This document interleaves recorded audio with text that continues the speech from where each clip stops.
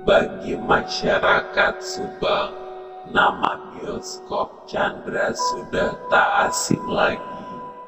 Lokasinya tepat berada di pusat perbelanjaan Pujasera. Siapa sangka, bangunan tua yang kini kondisinya memprihatinkan tersebut menyimpan banyak cerita horor. Pada tahun 1990-an, bioskop satu-satunya di kota Subang ini sedang berada di masa kejayaannya. Hampir setiap hari tak kurang 5 judul film diputar di bioskop yang diresmikan pada tahun 1987 tersebut. Bioskop ini juga tak pernah sepi penonton. Namun di tengah keramaian bioskop itu, sempat terjadi cerita horor, seperti yang dituturkan Mang Yanto, seorang tukang becak yang terbiasa mangkal di sekitar bioskop Chandra. Saat itu, tepatnya pada akhir tahun 1999, cerita horor yang dialami Mang Yanto itu terjadi. Hari menjelang sore, merupakan mengayuh becak. Pekerjaan itu biasanya ia lakukan hingga menjelang tengah malam. Waktu menunjukkan pukul 16 waktu Indonesia Barat. Yanto berangkat dari rumahnya menuju bioskop Chandra yang jaraknya sekitar 15 menit. Hingga waktu Isya pun dilalui Yanto, namun ia belum mendapat penumpang satupun. Padahal setiap harinya ia selalu mendapat penumpang tak kurang dari 3 kali. Mungkin hari ini bukan hari keberuntungannya. Malam semakin larut, Yanto terus dengan sabar menunggu. Sementara para pedagang di pusat perbelanjaan itu sudah mulai pada tutup. Cuaca malam itu sedikit gerimis, sehingga suasananya terlihat sangat sepi. Mata Yanto sudah mulai sedikit ngantuk, namun ia tetap bertahan. Tiba-tiba ia dikagetkan sejumlah orang yang keluar dari bioskop Chandra. Rupanya waktu sudah menunjukkan pukul 22 waktu Indonesia Barat. Saat itu merupakan film terakhir yang diputar di bioskop Chandra. Semangat Yanto sedikit terdorong. Ia berharap dari sekian banyak penonton itu ada yang mencoba memanfaatkan jasa becaknya. Satu persatu berlalu, namun tak ada satupun penonton bioskop Chandra yang menghampirinya. Tubuhnya tiba-tiba sedikit lemas. Rezeki yang ia tunggu-tunggu tak kunjung datang jua. Apalagi sejak pagi belum mendapat satupun penumpang. Ia lalu menyenderkan kembali tubuhnya ke becak yang sudah ia miliki sejak 5 tahun lalu.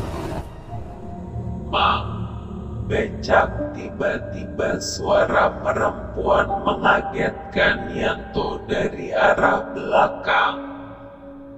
Tiba-tiba Yanto merasa senang. Pikirnya, inilah rezeki yang ditunggu-tunggu itu. Ia melihat sosok perempuan berdiri sendiri tepat di belakang becaknya. Yanto pun mempersilahkan perempuan berambut panjang itu menaiki becaknya. Terlihat rambutnya yang panjang terurai, sementara wajahnya tak begitu jelas karena sebagian tertutup rambut. "Kemana, Neng?" tanya Yanto kepada penumpangnya. "Jalan aja dulu, Mang, nanti dikasih tahu," jawab perempuan yang usianya sekitar 30 tahun tersebut. Yanto pun menurut saja. Tepat di depan bioskop Chandra, atas permintaan perempuan itu, Yanto mengarahkan becaknya ke arah barat. Dengan semangat Yanto terus mengayuh sepedanya. Jalanan mulai sepi, sehingga Yanto bisa leluasa mengayuh sepedanya. Selama perjalanan tak ada obrolan di antaranya keduanya. Baik Yanto maupun perempuan itu tak banyak bicara. Sesekali Yanto bertanya, namun tak dijawab oleh perempuan itu. Yanto terus mengayuh sepedanya hingga tiba di suatu tempat. Yanto diminta berhenti. Rupanya tujuan perempuan itu sudah sampai. Sebuah rumah mewah terlihat tepat di hadapan Yanto. Ia pikir mungkin inilah rumah perempuan tersebut. "Mang, tunggu dulu ya sebentar, saya ngambil uang dulu," ucap perempuan itu. "Iya, Neng," Yanto mengangguk. Mungkin perempuan itu lupa membawa uang, pikirnya. Perempuan itu lalu masuk ke rumah mewah itu. Meski nampak mewah, cahaya lampu di rumah itu nampak redup, sehingga terlihat angker. Yanto pun sabar menunggu. Ia sesekali memperhatikan suasana sekitar sangat sepi. Tak ada orang satupun yang melintas, termasuk kendaraan. Padahal biasanya jalan raya itu selalu ramai kendaraan. Udara malam itu sedikit terasa dingin. Maklum belum lama hujan mengguyur wilayah kota Subang dan sekitarnya. Lalu Yanto menutupi tubuhnya dengan sarung yang dibawa dari rumah. 1 jam berlalu, perempuan itu tak kunjung keluar dari rumahnya. Sementara waktu menunjukkan pukul 1 waktu Indonesia Barat. Yanto memutuskan menunggu. Hingga tak terasa ia pun tertidur di becaknya. Tiba-tiba, Mang, ngapain di sini?" Suara 2 orang pria membangunkan Yanto. Rupanya 2 orang pria itu merupakan warga setempat yang melakukan tugas ronda malam. Yanto pun membuka matanya secara perlahan. "Ini, saya lagi menunggu penumpang saya, belum bayar ongkos," ungkap Yanto sambil menunjukkan jarinya ke arah rumah perempuan itu. Betapa kaget Yanto. Saat melihat rumah yang ia lihat sebelumnya ternyata merupakan komplek pemakaman yang oleh warga setempat disebut Dunggus Biru. Tiba-tiba tubuhnya lemas, keringat dingin pun keluar.